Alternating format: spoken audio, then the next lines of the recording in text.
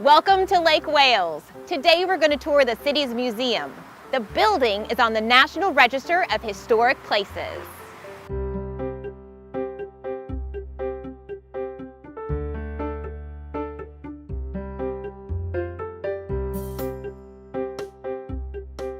The Lake Wales Museum showcases hundreds of years of history, and we have artifacts and photographs and documents all about the history of Lake Wales, how it was founded, the pioneers that got it started, and then kind of all about the industry that came to this whole area. There's three main industries. It's really important: citrus, turpentine, and cattle, and you still see a lot of citrus and cattle in this area.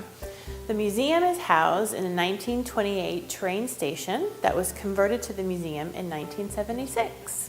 So where we are right now is in one of the first exhibit rooms of the museum, and I'm standing in front of the original ticket window that was part of the train station. So it's kind of a cool thing that you can come in here and actually see the way it was originally as a train station, but then you can also get all this really wonderful historical information in the exhibits as well. And what you're going to do is walk through the first three rooms are all the historical exhibits, as I was talking about Lake Wales.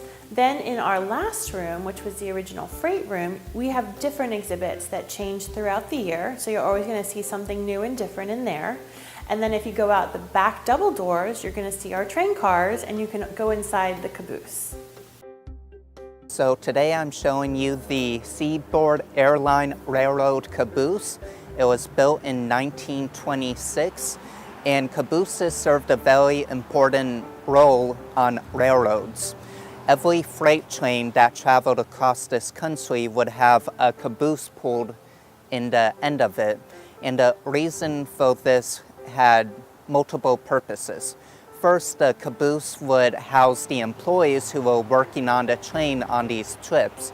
They could cook in there, they could take a nap, they could brew a pot of coffee, anything they needed on their long journeys. Also, if you have a railroad or a train traveling on the railroad pulling a couple dozen or maybe even 50 to 100 cars, the person driving the locomotive would have no idea what's happening in the back of the train. So the railroad would have an employee stationed at the top of the caboose called the cupola. And from the cupola windows, the railroad employee could overlook the entire train and keep an eye on making sure nothing is getting damaged, catching on fire, or making sure none of the cars got disconnected. And these cabooses were used from about the 1860s until 1986, when they were discontinued because technology had caught up enough to make them obsolete. We have the caboose set up how we believe it looked originally. Those 4 bunks that the railroad employees could sit on or take a nap. There's a cast iron stove. There's the original water containers in case they were thirsty. And of course, they can climb into the cupola and look out the view of the windows. This caboose is open, and you can walk through it anytime the museum is open, Tuesday through Saturday, 9 to 5.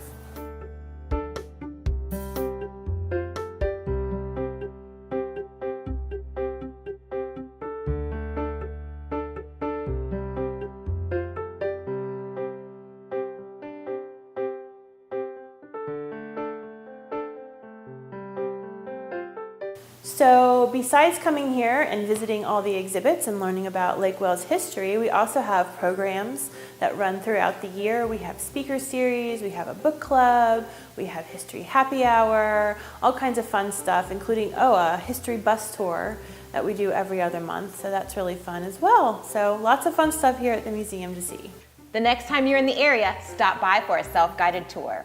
The Lake Wales Museum is open Tuesday through Saturday, and admission is always free. To get more information about current events, visit their website or go to Facebook to find out what's going on in their exhibit section.